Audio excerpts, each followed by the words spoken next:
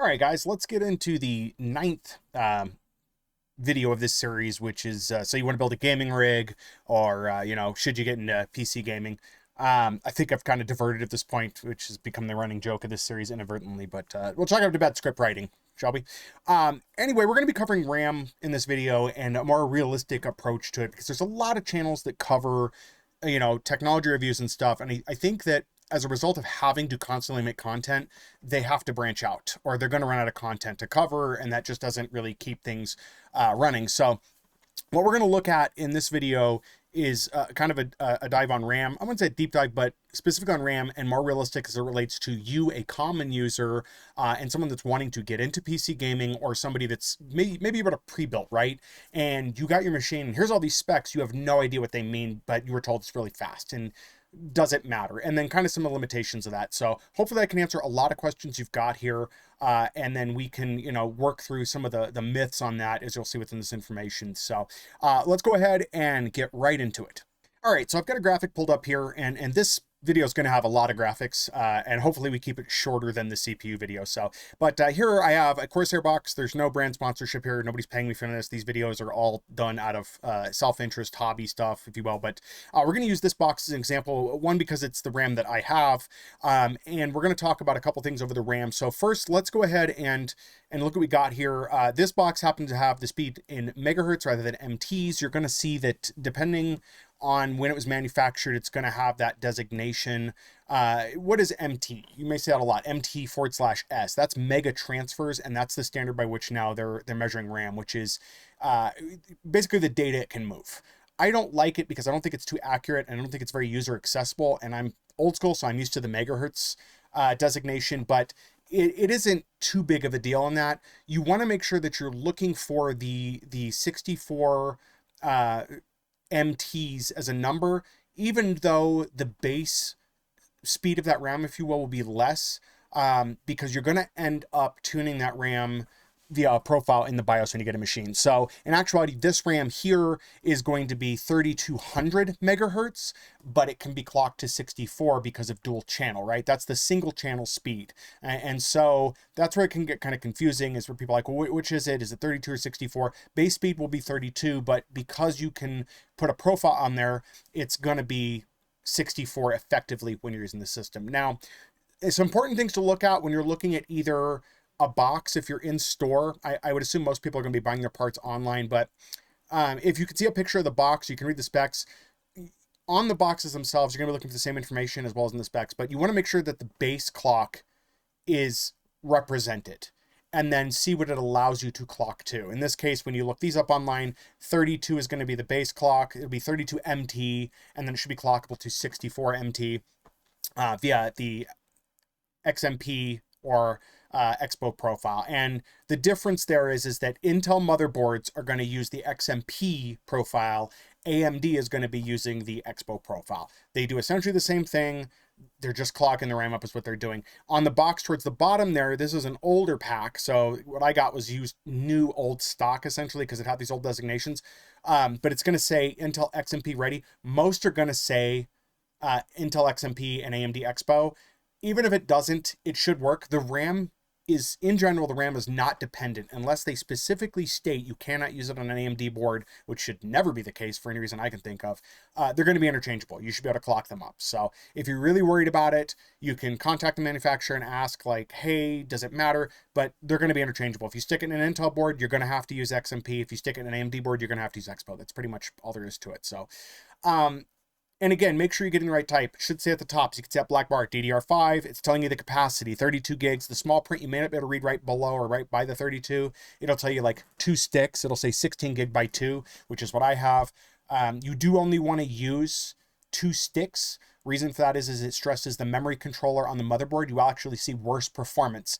That being said, if you don't plan on clocking the RAM up, you may be fine, but for the higher capacity chips and running more than 4 chips, which you really shouldn't need to do, 32 should be the max you're going to need. We'll go over that in a bit here, but it's just not needed, unnecessary, and it stresses the motherboard out, the memory controller. You're going to get worse performance. So you're paying more for a lot worse performance. Now, that being said, there is a lot of back and forth about whether just keeping things in single channel right? Because the dual channel is what's getting you the faster speeds and such. So, you know, there's a lot of debate back and forth whether running single channel is better or running dual channel. I would run dual channel and not try to max the board out. Now, in DDR3, it didn't matter as much. Like my old Potato, I was running 4 sticks to achieve the 32 gigs I was running there. I think that's what it is now. I keep forgetting because I haven't touched that machine in a while, but either way, I was using all 4 sticks to achieve the best speed and to reach max capacity. And that was common way back. DDR3 and back, maxing out your slots was very common. Some boards only had 2, but yeah, so we're past that now. Only use 2 slots. I really wish with motherboard manufacturers to reduce cost and, you know, that unnecessary portion of things, just considering where we're at, that they would just do 2 slots. If you're getting a micro ATX or smaller board, or sorry, I should say mini ATX or micro ATX, most of those are only going to ship with 2 slots. I'm still not sure why it is bigger boards like ATX and EATX still ship with 4. I personally don't know. I'm sure I could Google it and figure it out. But anyway, that's kind of the short of what you should be looking for what you're getting. Same goes for DDR4. Don't fill up more than 2 slots. On most boards, that's going to be a problem. Definitely check what the manufacturer has to say. But also the speeds, you know, should be relatively the same. Obviously, newer RAM types can offer some speed advantages, clock differences, but you should be fine either way with a certain maximum. And we'll go over that. I'm going to show you some charts that explain why and why you should stick at a certain range of RAM. It also saves you money too. There is no need to spend past a certain amount. All right, so next comes the question is, and we'll try to loop this all in one, which is which speed should you get and what capacity should you get? And, you know, for me, I do a lot more. I do a ton. For example, I'm going to show you here what I've got. This is a proc view for my system.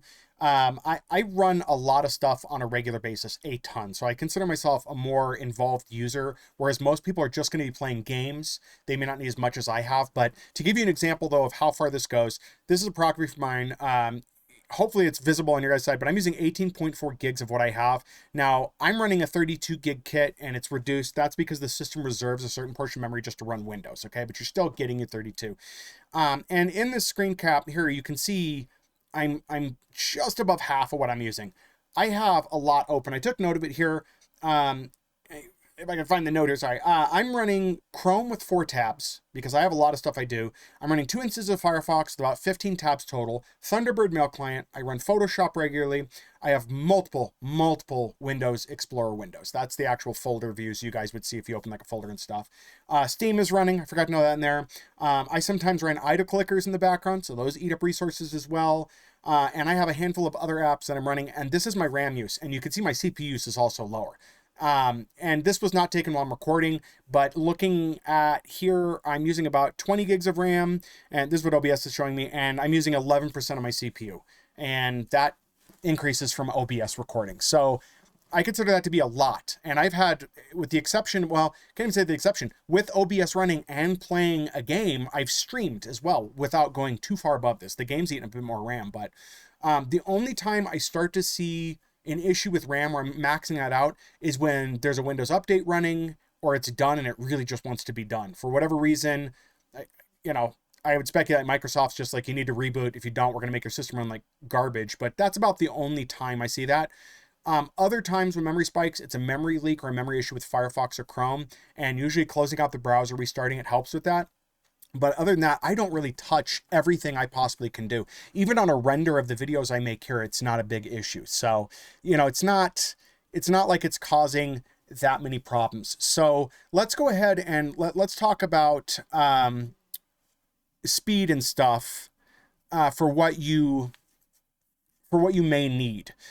Because a lot of people seem to think they need high-end RAM to do what they're doing. So we're going to run, and I may do these out of order, but we're going to run the theoretical minimum you need to max out the speed use of your NVMe, okay? And this chart, which is covering me partially, as you can see there, any type of DDR3, 4, and 5 on NVMe Gen 3 and 4 will technically work to help you achieve those speeds. Now, there's other considerations, but we're just dealing with the RAM here. We're not paying attention to processor. We're not paying attention to, the motherboard's bus or anything like that. We're just talking about the RAM. And as you can see there, it just doesn't matter. You know, like NVMe's, I think high end, we're looking at what, 7.5 gigabit per second transfer speed. And then they have it in megabytes on all these, but it's just, you're not having an issue touching that speed with the RAM you're getting. So keep that in mind, that any of those are going to be able to touch that. Now your motherboard may have a difference of opinion on that, depending on the bus speed of the motherboard, on your interface speed, stuff like that. But for the most part, you can use any, and these show single, like DDR4 2133 megahertz in that case on single channel is even hitting that. And then you can see just the dual is, and then again, we get to like NVMe Gen 5, any DDR4 5. Obviously with DDR3, you're going to have issues and with board types. So you can see that speed's really not going to make a huge difference. It's just not. I can't remember if I got a screenshot for the other talking about the max out, but we'll see. And then as you can see here, if you're just doing single channel, okay, just single channel, I believe that's what this, yeah, single channel. Sorry, I was organized, it just didn't happen. But you can see from DDR4 here, single channel, what theoretical bandwidth you're going to get with the RAM. Again, talking about speeds, okay? So even without having a profile set up, XMP or Expo, you're not really going to have a problem. If an NVMe maxes out at 7,500 megabits, right, or 7.5 gigabits, that RAM can handle 17 gigabits. There's no need for you to spend more. 6400 gives you, look how much headroom you get on 6400 there on DDR5. You know, you're getting way, way more. And even just looking at like, we'll back it down, you know, to the 4800, 38.4 gigs, you're still doing exceptionally well. And to put that into perspective, for dual, here is the typical for dual channel, or sorry, not dual channel, wrong graphic. You guys get a live view here real quick. On dual channel, here is what you're getting, DDR4 all the way through DDR5. So what I'm running, DDR5 6400, which I think is more than enough for everybody, 102 gigabits a second. Ridiculous speed you're getting. You're not going to touch it on your NVMe's. You just aren't. And again, there's other factors, and to loop into other factors, what are you talking about? Bus speed on the motherboard, your processor, and then there's also download speed. Let's say you're downloading, installing a game. There's also that's going to limit what you're getting because you're not really going to be hitting the maximum. I don't even think on gigabit Ethernet, you're going to be able to hit, and with fiber, you're going to be able to hit the maximum of your drive's capacity, mainly because servers are going to limit what you're downloading. So you may have the fastest internet, but if Steam servers or GOG servers or whoever's servers are not going to let you hit that maximum, you're just not hitting the max potential. And to be referencing some things here, I've copied files off of a game drive, mechanical drive, while downloading, and the limiter has not been my RAM. So we'll go over device speeds in a minute. I think it was the other image I brought up. But let's say you just got DDR5, you know, at the 4800 base, which is going to be a cheaper kit. It will be a cheaper kit. You're still going to be fine. So if you're looking to save some money, get the 4800 dual channel kit now, and then you can upgrade later on if you need it. The only good thing about getting 6400, now I bought mine when it was cheaper, significantly cheaper. I think I got mine, I think it was $200 at the time. It may have been less. I'd have to look at the pricing. And there will be, at the end of this video, I will disclose the specs that I have on the system I'm running and the pricing I got at the time to give you an idea of where things are at. But either way, that 6400 kit is kind of future-proofing, right? Because with the speed it has, even if a new NVMe comes out tomorrow with more speed, I'm still going to be in a realm where I'm not even going to touch that. And even if you got the 4800 kit, you probably still aren't going to touch the max, or you're not going to be able to not max out the maximum whatever NVMe you get. So keep that in mind. So putting that more realistically, because we talk about having different pieces of hardware within the system, you know, here is the theoretical and the typical, if you will, transfer speeds of every type of device. USB 2.0. We're going to go interface because devices are going to vary. There are cheap USB sticks. There are cheap USB 2.0 external stuff like that. But let's look, and this is a little bit out of order. Sorry, guys. But USB 2.0, the interface itself can handle 40 megabits a second. That is nowhere near the gigabit transfer speeds you have. It's just not. A standard HDD, 160 max. So you're already hitting the max of that. USB 3.0, you know, it says 5 gigabits a second, 450 is the typical. You're still not hitting that. What about an SSD? You're still not hitting that. NVMe Gen 3 4, still not hitting. You will max out your ability to get all these without a problem. So the point is even at a lower RAM kit, there's not really a concern with what you're able to use here. It's all going to be usable. So don't try to spend too much. And the 7,000 MT kits and the 8,800 MT kits are a waste of your money. Do not bother with those. There are use cases for those. If you're just PC gaming or you're doing video editing, like a lot of the tasks I'm running, it's not a concern for you because you're not using those. I'm not using those, and it's not going to provide enough of an uplift for me to be able to do any of that. And another thing to disclose, I have multiple external drives attached. I don't know if it showed in the screenshot of my proc viewer. I have a lot of external drives and a lot of internal drives in the system running at the same time. So none of that is causing any issues. None of that's causing a problem. So you don't have to get super fast kits. I would definitely stick to 4,800, maybe a little bit lower if you can find it cheaper. Do get two sticks. The minimum that the average person should get is 16 gigs. That is the minimum you should get. 8 gigs is not going to be enough for you to do much. Most games are going to run fine if you have a 16 gig kit. And to kind of touch on that a minute, I've seen lots of specs that say that the game needs 16 gigs. But in actual practice, I'm not seeing the games touch that. I think that's a recommendation of like the system RAM. Some disclose that. It's almost like system memory, 16 gigs, because they're accounting for Windows using some RAM too. And they want to make sure that you've got enough of a buffer in between. So keep in mind, if the game says 16 gigs, you're probably going to be fine. Slight slide to that because I saw this today as I guess GTA 6 is asking for 32 gigs RAM, but I think again they're accounting for system RAM and they're being very ambitious, but we don't even have an actual PC release yet. We're still a while off from that, so we'll see what actually happens. Looking at previous releases of games like GTA 5 and GTA 4, they had kind of expanded requests for RAM, if you will, that they were like, you must have this, and people were running it on a lot less with no issues, so just keep that in mind. So hopefully this is a bit shorter and that answers a lot of the questions for you. I did want to, I have a note here I left out in a previous section, but do make sure that you're checking, and Process Viewer will show that. And I'm gonna pull up a different image here because I did have an image for it, but I forgot to mention it. In your RAM view, yeah, you can see all my hard disks there. In the RAM view, I've got circled there the effective speed of your RAM. Make sure that it's running at the clock speed you're expecting. The reason I say this is because what I found on my board is every time there's a BIOS update, it disables my profile, my Expo profile. And so I have to go back and re-enable it after a BIOS update. I don't know why it does that. I will look at submitting a ticket to see if I can get that resolved, but I don't know if anybody else has this problem on their boards, but every time it runs a BIOS update, it keeps all my other settings, but it dumps that. So make sure you're getting the speed. It should say the 64, like mine should say 64 or whatever yours is going to be, should say that. If you're not, you notice your system's running maybe worse. A lot of you may not even notice. I don't really notice. I just like having it at that max.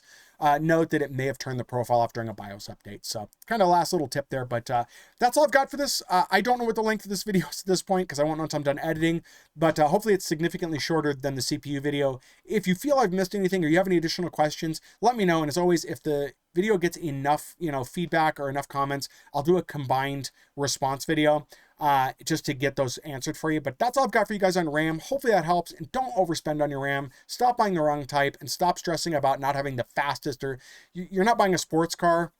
You're buying a piece of equipment for your build that's going to help keep things running smoothly, and there's no need to overbuy on that whatsoever. Even for future proofing, this, as I've stated multiple times, my build is a 10 to 15 year build.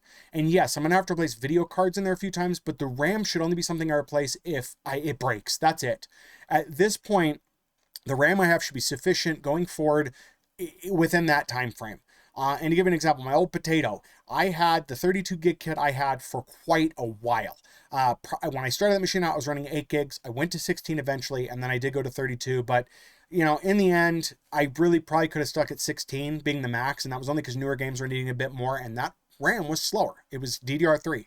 So there were some differences there. And again, your bus speed of your motherboard, your processor type, all that is going to affect what's going on there. I'm pretty sure I was not hitting the maximum capacity of the RAM I had for my motherboard on that old Potato because the processor was only so fast and the bus on that board was not, tip top. It was a Dell machine. It was only meant to do so much, and it did really well for what it did. So anyway, yeah, if you got any questions, feel free to leave them in the comments, guys. And yeah, till the next video, which it's a 0. We're going to be going over GPU next, is what I've got slated next. So that may be a bit longer of a video. I'm going to try to keep it as short as possible. We're just trying to be very general to give you just the basics to getting a build together and what you're looking for. So anyways, thanks for watching, guys. Do appreciate it. Till the next video. Bye.